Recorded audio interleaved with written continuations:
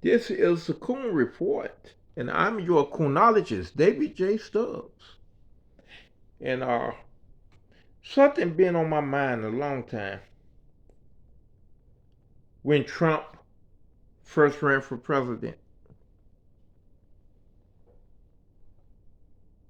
we need black leaders, man. I swear to God,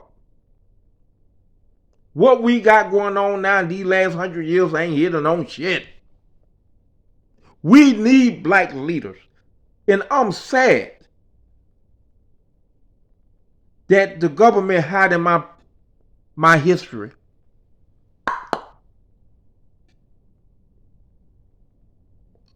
Because they don't want me to get that platform, because they scared that I'm going to fire everybody up. They begged me, please wait till 2050. Please. That when the experts say it's best to bring your history forward to all the colleges and the public. Because my history don't turn a cheek, baby. And I'm not just bragging. I will put in that situation. And the government say I will put in that situation by God. I don't know. Yes, I do know God put me in the situation because I was part of his research for heaven. But they went and got every fight I had, they brought the person to fight me. I ain't got nothing to do with that. And I was asking black colleges, hey, can y'all help me with my book? Can y'all help me with my book? I'm on my deathbed, man. All the black colleges say, if you take out the fighting, see, we about 30 on the cheek.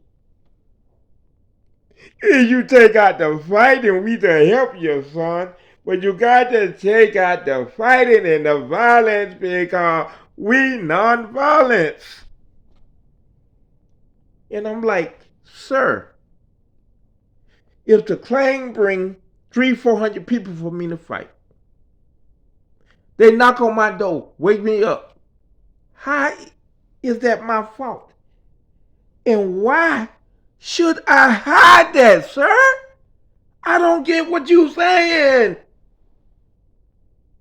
Why should I hide that I knocked out close to 400 to 500 Ku Klux Klan? Why you want me to protect them, sir?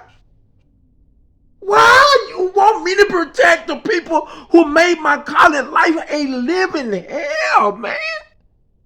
It don't make sense. In every black organization who I ask for help, they say the same thing. You got to take out the violence. We non-violence. And I don't even want to talk about this non-violent and turn the other cheek because I don't want to disrespect Dr. King, man. You get what I'm saying? But I know all about that history from the claim point of view and the federal government point of view. Remember that way I learned my black history. In the claim point of view, federal government point of view match up. So they got to be right, but come on, man. So I see things where others don't see. Matter of fact, the government wanted to hire me as a profiler because they say I can see 10 or decades, than the average person due to me having the most racist degree on the planet. Every day I go to work, they say I'm building up my profiling abilities, and we miss our chance for reparation, baby. We miss it. Let me give y'all an example. When Trump ran for president, Trump kept saying, ain't nobody been screwed in this country more than the black people. My heart dropped. I can't believe a candidate said that on national TV. Then Trump say, the Mexican Hispanics, they didn't affect no other race when they came to the country.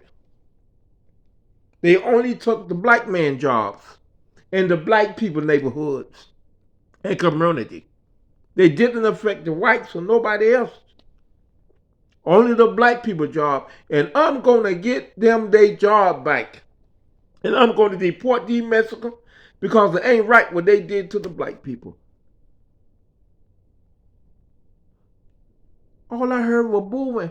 Boo, boo. And I'm like, who the hell booing? It was the black people.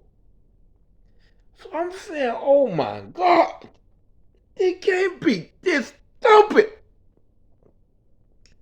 And then I remember what the claims say. Black people got small brain. They the dumbest race on the planet. And then the Mexicans say that. Then the Chinese say that. They kept saying black are the dumbest race on the planet. And I never believed that until that happened.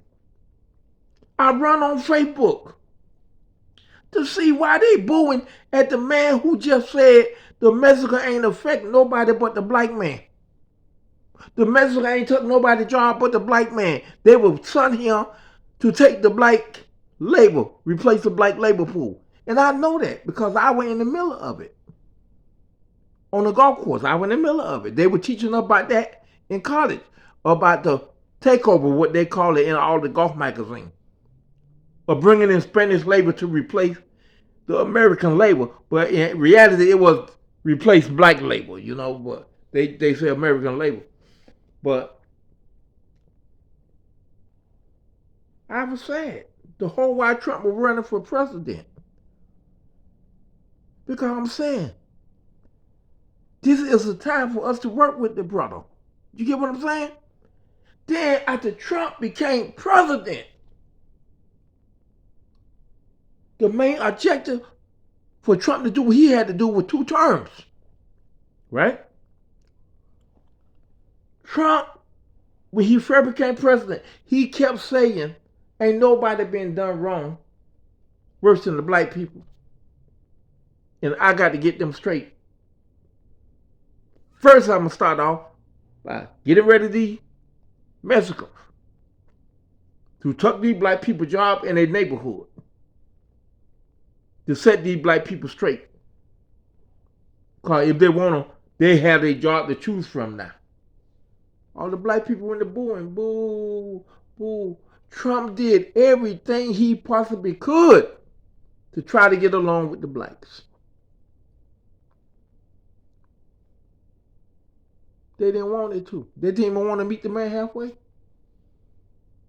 And I'm thinking to myself, if we gonna get reparation, the time is now.